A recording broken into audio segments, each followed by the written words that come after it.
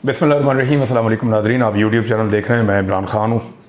कुछ खबरें इसहाक़ डार साहब की वापसी के हवाले से गलतफहमियाँ हैं, वो आपकी दूर कर देते हैं कि वो कितने बड़े इकोनॉमिस्ट हैं और वो क्या करेंगे पाकिस्तान के साथ, और एक्चुअली उनका मिशन क्या है वापस आने का, वो भी बताते हैं।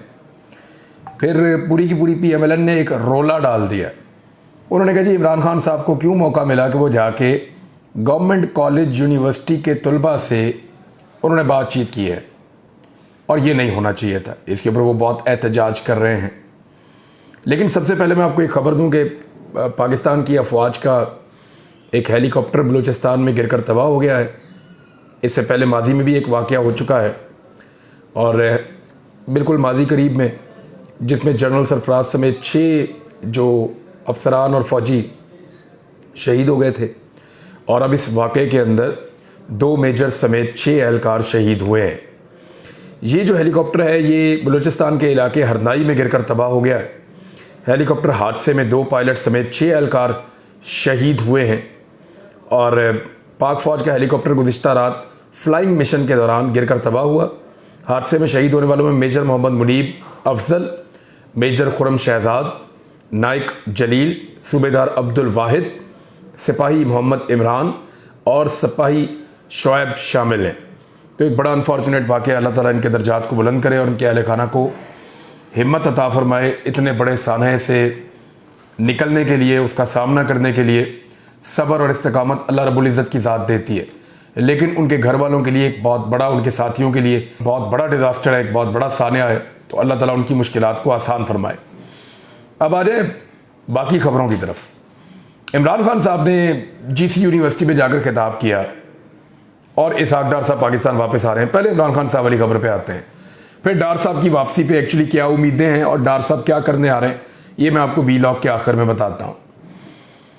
इमरान खान साहब ने एक तो जब वो GC गए तो गवर्नमेंट कॉलेज यूनिवर्सिटी लाहौर एक बहुत बड़ा तालीमी इदारा है पाकिस्तान के अंदर, उसका एक नाम है। जैसे पाकिस्तान में अगर आप लाहौर में बड़े इदारों के नाम लें तो FC college, government college, Aitchison college, ये वो बड़े बड़े कॉलेजेस हैं जिनके नाम फ़ौरन दिमाग में आते हैं। अब नए बहुत सारे आ गए हैं, और लम्स है, बड़ी ज़बरदस्त यूनिवर्सिटी है, और भी दीगर बहुत सारे इदारे काम कर रहे हैं। लेकिन इमरान खान साहब जब वहाँ पे गए तो तलबा ने बड़ा शानदार और पुरतपाक उनका इस्तकबाल किया, और बड़े ज़ोरदार तरीके से उनका इस्तकबाल किया, और तलबा इमरान खान साहब को बड़ा शानदार तरीके से रिस्पॉन्ड भी कर रहे थे। बड़ा अच्छा उनको रिस्पॉन्ड कर रहे थे, उनको आगे से जवाब देते थे। तो GC यूनिवर्सिटी में किताब करते हुए इमरान खान साहब ने कहा कि आने वाले दिनों में ऑडियो लीक्स में बहुत कुछ सामने आएगा। ये मैंने भी आपको कल अर्ज़ किया था। एक सोर्स ने मुझे बताया था कि ये तो तबाही फिर जाएगी। अभी कुछ नई चीज़ें भी क्लेम की जा रही हैं। यानी एक क्लेम ये आया है कि एक ऑडियो ऐसी है जिसमें मरीम नवाज़ अपने अब्बू को बता रही हैं बरतानिया में कि इलेक्शन कमीशन जो है वो इमरान खान को नाअहल कर देगा, इसकी यकीन दहानी करवाई गई है। मुबैना तौर पे इस तरह की चीज़ें, और बहुत सारे सोशल मीडिया पे लोग इसको चला भी रहे हैं। तो अब ये ऑडियो भी लीक होने वाली है। दीगर बहुत सारी ऑडियोज़ हैं। कुछ लोग ये कहते हैं कि जो बोली कल शुरू हुई थी 5 अरब रुपए से, कि आप ये ऑडियो लीक का सिलसिला बंद करें, 5 अरब आप हमसे ले लें, वो अब 10 अरब रुपए तक कुछ लोग कहते हैं कि पहुँच गई हैं, और अभी भी नेगोशिएशंस चल रही हैं। लेट्स सी वहाँ पर क्या होता है। लेकिन शहबाज शरीफ साहब चाहते हैं कि इसकी इंक्वायरी हो, एक GIT बने और पता चले कि उनके वज़ीर-ए-आज़म ऑफिस की ऑडियोज़ क्यों लीक हुई हैं। इसमें एक चीज़ याद रखिएगा, अंसार अब्बासी साहब हों, सलीम साफ़ी हों, हामिद मीर हों, या और बहुत सारे इसी कैटेगरी के जो सहाफ़ी हैं जिनका सारा का सारा जो है मामला रवायती पॉलिटिकल पार्टीज़ के साथ जुड़ा हुआ है, और वो पीपल्स पार्टी को और PMLN को हमेशा से सपोर्ट करते हैं, उनके लिए गुंजाइश पैदा करने की कोशिश करते हैं, उनको बुरे हालात में सपोर्ट करते हैं। उन लोगों ने थोड़े दिन पहले जो चंद ऑडियोज़ आ रही थी, एक साकिब निसार साहब की आई थी, फिर एक ऑडियो थोड़े दिन पहले एक और आई जिसके अंदर वज़ीर ख़जाना पंजाब और वज़ीर ख़जाना खैबर पख्तूनख्वा ये बात कर रहे थे शौकत तरीन साहब के साथ, जो इमरान खान साहब की माशी टीम के हेड हैं और साबिक वज़ीर ख़जाना भी रह चुके हैं वफाकी। तो इनके साथ जो बात कर रहे थे, इसके ऊपर जब ऑडियो आई लीक होकर, तो इस पे उन्होंने बड़ा ववेला किया, बड़ा शोर मचाया। इंक्वायरियाँ होनी चाहिए, गद्दारी के पर्चे होने चाहिए, मुकदमा दर्ज करो इनके ऊपर, पकड़ो इनको, फोरेंसिक करवाने के बाद इन सब के ऊपर पर्चे, supreme court of Pakistan notice ले, सब किया गया था। अभी मुल्क का वज़ीर-ए-आज़म और वज़ीर आज़म का ख़ानदान किस तरीके की कार्रवाइयाँ डाल रहा है और किस तरीके से ऑडियोज़ निकल कर आ रही हैं कि जो फैसले होने हैं स्पीकर के पास वो फैसले हो रहे हैं चंद लोगों के बीच में। जो करना है इलेक्शन कमीशन ऑफ पाकिस्तान ने वो पहले से तय हो रहा है कुछ जगहों पर बैठ के। तो ये सौदेबाजियाँ और ये सारी चीज़ें, इनके ऊपर वो तमाम दानिश्वर बिल्कुल खामोश हैं और बात करने पर भी तैयार नहीं है। तो वो बेशक खामोश रहें, लेकिन सोशल मीडिया और उसकी ताकत मौजूद है और जब तक मौजूद है तब तक वहाँ पे कोई मामला छुप नहीं सकता। अब मरियम नवाज बता रही है कि इलेक्शन कमीशन कह रहा है कि इमरान खान को तोशा खाना पर डिसक्वालीफाई कर दूंगा। ये इमरान खान साहब कह रहे हैं जीसी यूनिवर्सिटी में, कि मरियम नवाज एक ऑडियो में ये कह रही हैं कि इलेक्शन कमीशन कह रहा है कि इमरान खान को तोशा खाना पर डिसक्वालीफाई कर दूंगा। हमारी हुकूमत साजिश के तहत ख़त्म करके चोरों को इक़्तिदार में लाया गया।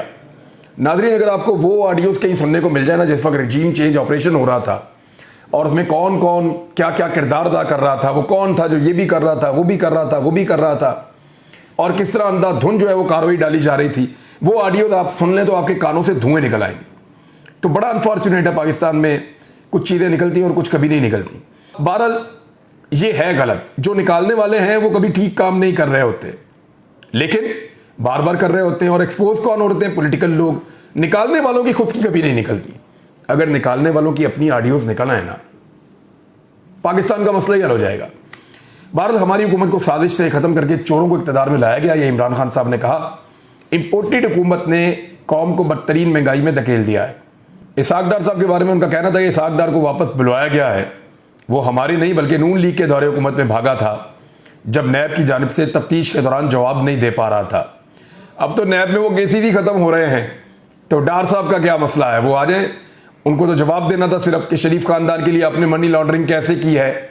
उनका एतराफ़ जुर्म मौजूद है, आज तक कोई उनका बाल भी नहीं उखाड़ सका। इसहाक डार को डील के तहत वापस लाया जा रहा है, ये इमरान खान साहब ने कहा। विकी लीक्स, डॉन लीक्स और अब ऑडियो लीक्स ये भी आ गई हैं।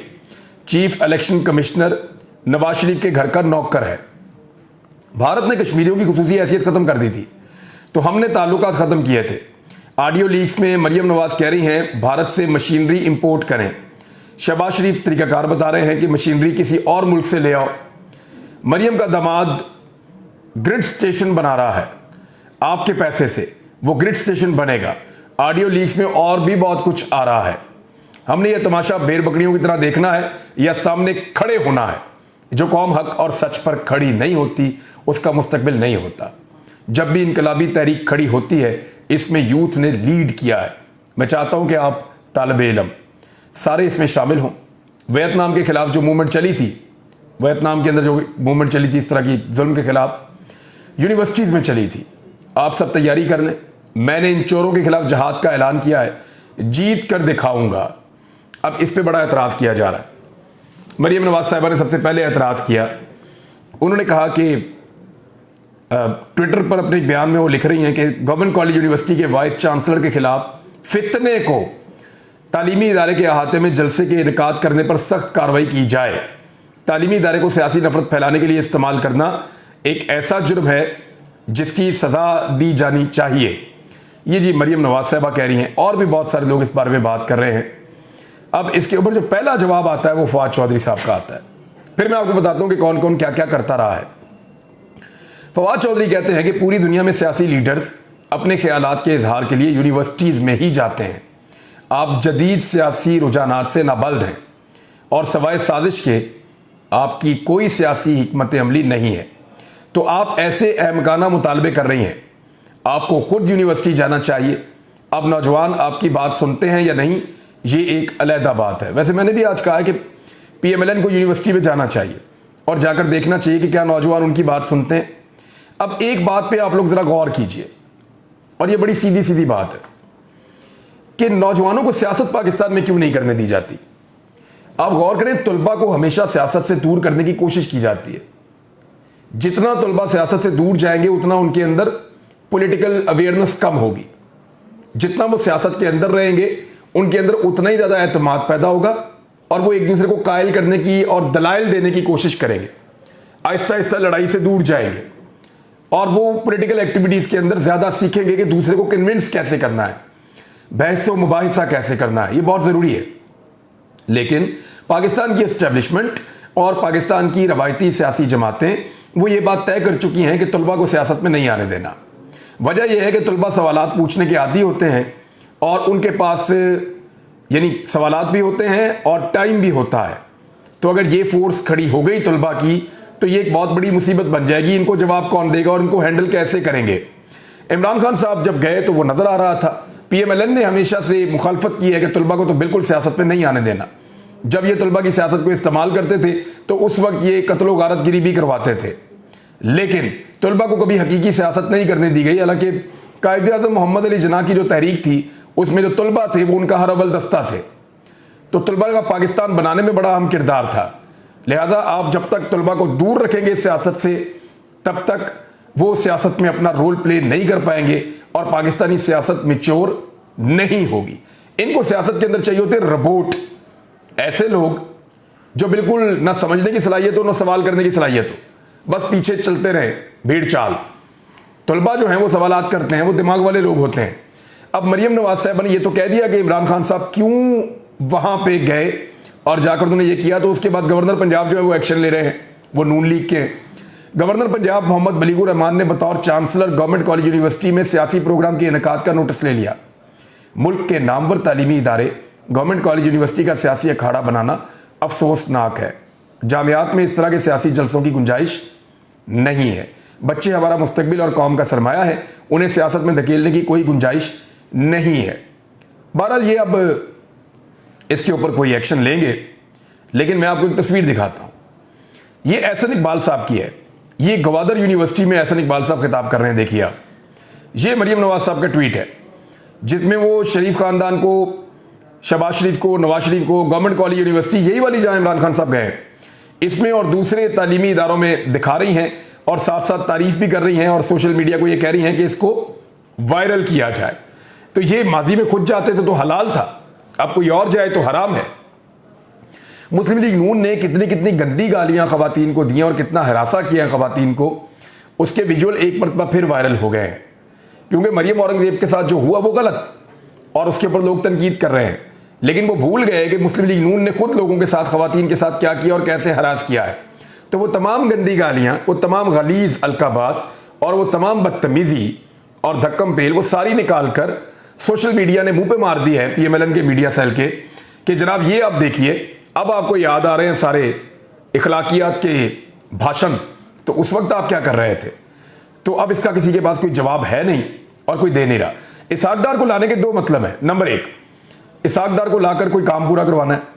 नंबर दो, मिफ्ता इस्माइल की नाकामी का एतराफ़ कर दिया गया है कि मिफ्ता इस्माइल कामयाब वजीर खजाना नहीं था या वो कंट्रोल में किसी और के था, इस हुकूमत के कंट्रोल में नहीं था। आर्मी चीफ ने जो बातें बता रखी हैं माजी में इसहाक डार के हवाले से, वो बहुत अहम है और बहुत सारी चीज़ें वो माजी में कह चुके हैं। और जावेद चौधरी साहब ने भी एक कॉलम इस पे लिखा था, उसकी कुछ चीज़ें हैं वो अगर आप देखें तो।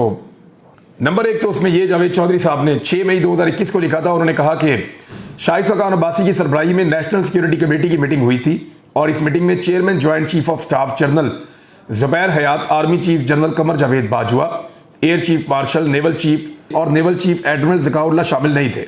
और इस मीटिंग में एहसन इकबाल ने CPAC पर ब्रीफिंग दी थी और इस ब्रीफिंग के बाद आर्मी चीफ ने इसहाक डार से ये पूछा था, डार साहब फाइनेंशियल एक्सपर्ट्स कह रहे हैं कि हमने भारी सूद पर कर्जे ले लिए हैं, हम ये अदा नहीं कर सकेंगे।